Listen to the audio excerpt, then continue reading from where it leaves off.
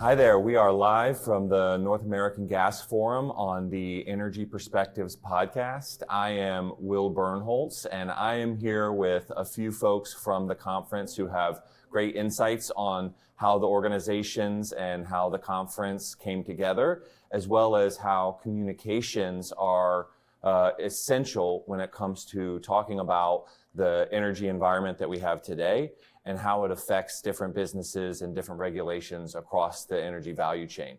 So first and foremost, without further ado, Monika, why don't you tell us about Energy Dialogue's role in the North American Gas Forum and what you've heard today, or what you've heard yesterday, really, and what you look forward to today. Sure. Thank you, Will. I'm Monika Simoes. I'm the CEO and founder of Energy Dialogues, and this is the 13th year that we are here at the North American Gas Forum. It's quite interesting how the conversations have evolved over these 13 years, and I would say this is by far the most enthusiastic, most well-attended event so far we have done. Dialogue is incredibly important. That was repeated by many throughout the day yesterday. There's a lot of bipartisan support these days for natural gas, broader energy as well, but obviously this is the Natural Gas Forum. There is a central coalition that is growing, that is really interesting. There's a very supportive government. We had Secretary Wright open us yesterday for the opening fireside chat. We will have Secretary of the Interior Doug Burgum today, closing by Laura Sweat for chairman. So the supportiveness of the government is quite obvious. What was also said, we need more infrastructure, we need more storage, we need permitting reform, and we need all of that at scale. And build, baby, build. Build, baby, build. I like that. That's right. So it's been, fantastic conversations, and we're here to continue facilitating the dialogue. And Mara, you're here on behalf of OpenMinds. You sat on a panel yesterday. What was it like up on stage, and what are some takeaways for you here at the North American Gas Forum so far? Absolutely. So this is our second time at the North American Gas Forum as OpenMinds. The 30-second intro to OpenMinds. We're a group of about 125 experts and executives across all types of energy, nonprofit, academia, finance, philanthropy, working collaboratively on solutions to advance affordable, abundant energy with reduced emissions and on an accelerated timeline. And so what's so interesting is when I hear Monika reflect on the messages coming out of the forum yesterday, so much of it is aligned with this idea of where are these places of synergy. So many people, we look at permitting reform. This is something that's supportive of all types of energy. We talk about this pro-energy consensus, and I think one of the most striking remarks was during, I guess it was the second panel, and hearing Jason Grumet of the ACP talk about how can we all come to have a consistent, credible pro-energy stance that's going to be able to be a constant drumbeat across administrations. And I think as a bipartisan or as a nonpartisan network, that's something that's really aligned with OpenMinds. But I also think it's an idea of if we want to build, baby, build, what are the things that we need to do consistently across administrations to be able to create the certainty that's one of the themes that I picked up yesterday is the certainty that the industry really needs. Yeah, I think that moment really stood out to me where he said, if when they shut down my infrastructure project, you say nothing, and when they shut down your project, I say nothing, then ultimately we both hurt ourselves. And so we need to all speak up and make sure that when large-scale infrastructure to support the energy systems of the United States is being built, whether that's gas-fired, renewable, transmission, we should all agree that more is better because that's what we need. And we're in an environment now where the faster we can build energy, the more competitive our industries are and the more competitive the United States is. And so really we're here talking about North America and North American gas. Monika, you've had, as you said, 13 years experience. What's different this year? I think that, I have some ideas on what makes different, and it has two letters. One is A and the other is I. But I'm also curious from your perspective, what makes 2025's Gas Forum different from past years?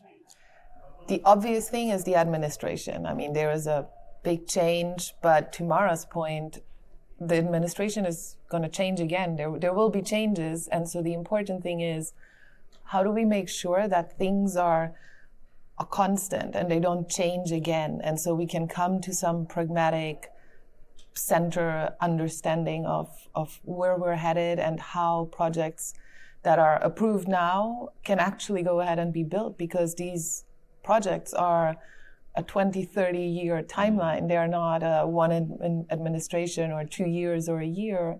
So that is definitely different.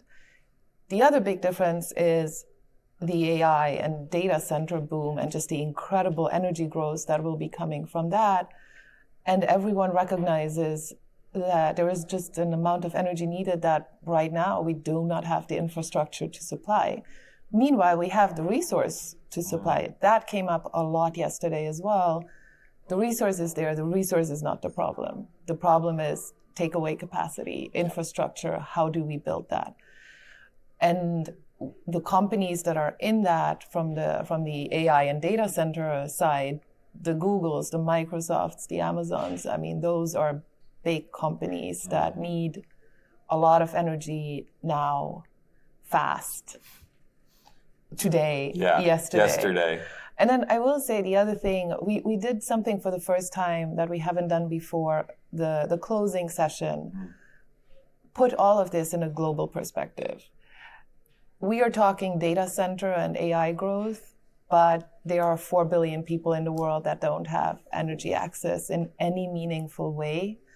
We spoke about that. The difference between talking about AI and data centers and talking about dying prematurely because you cook with wood and charcoal is stunning. And when it comes from someone who grew up in that, which was one of our panelists yesterday, it is just putting things in a different perspective.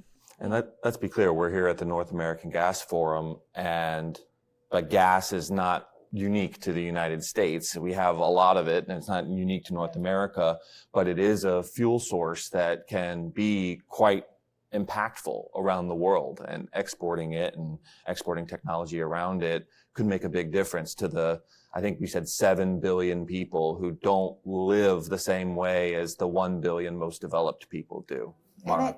I think as well, it's very easy. One of the things we talked about on our panel, which was focused on communications, is that a challenge this industry has, and all energy industries have, is it's so complex. And so how can you make this simple and actionable to a broad suite of people? And I think when we get down in those details, that's when you start to forget that if we're talking about energy, if we're talking about emissions, it's so good to have that reminder that ultimately this is a global problem. This is a global solution. And so to be able to have that capstone was really meaningful to draw that trajectory back and then restart it this morning. And emissions is a global problem, right? It's exactly. The atmosphere is global. There's emissions here, exactly. And one of the things I said it at the end of the day, there isn't emissions here and emissions in Africa or somewhere else, and it's one atmosphere. And so the way to lower emissions is to lift people out of poverty.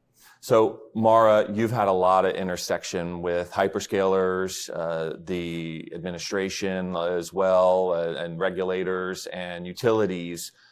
When we look at the demand for AI, what do you see? What is going to help? What are the most important things to pay attention to?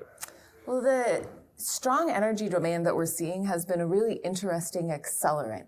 And it's been an accelerant for bringing together all of these stakeholders to work quickly.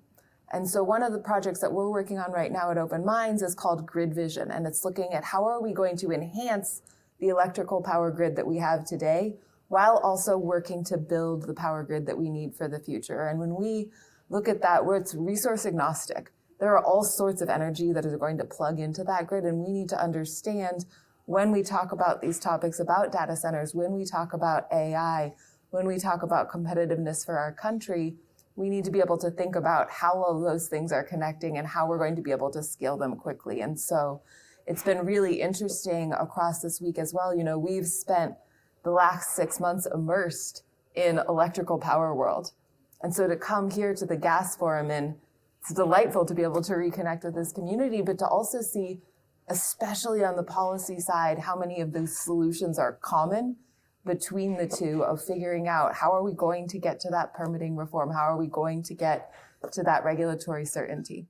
And it's just a fundamental fact that natural gas is going to play a significant part in the power generation, energy production future here on planet Earth. So there's nowhere really more important than North America when it comes to natural gas reserves and natural gas exports and natural gas technology.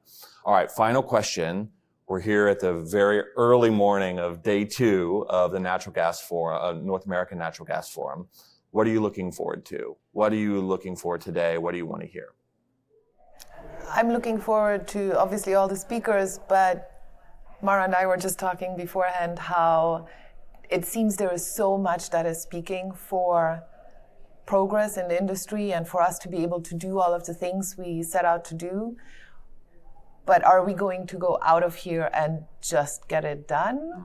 Or what is in the way? And I think a few things are still in the way. This isn't a quick industry. This isn't something where you build multi-billion-dollar projects quickly.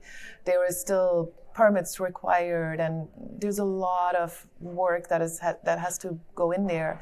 And there's a lot of education that is still needed, and conversations and understanding what all of this means and what all of this means longer term. So I'm looking forward to the conversations.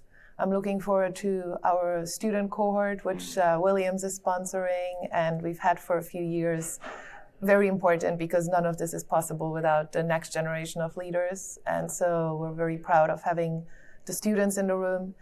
But I look forward also to understanding how else can Energy Dialogues help broaden the conversation, broaden the dialogue, and really how do we build better solutions? Because for someone who hosts a lot of dialogue, I am also very vocal about all of this is great, but all of this is only great if it leads to solutions. Turn dialogue into action. Exactly. Mara, what about you? What are you listening for today? Well, I'm all about turning dialogue into action, but I'm really excited to be able to, these forums are organized with a story arc, and so I'm really excited to be able to continue to hear from the speakers, be able to see the story arc. We've got Secretary Burgum this afternoon.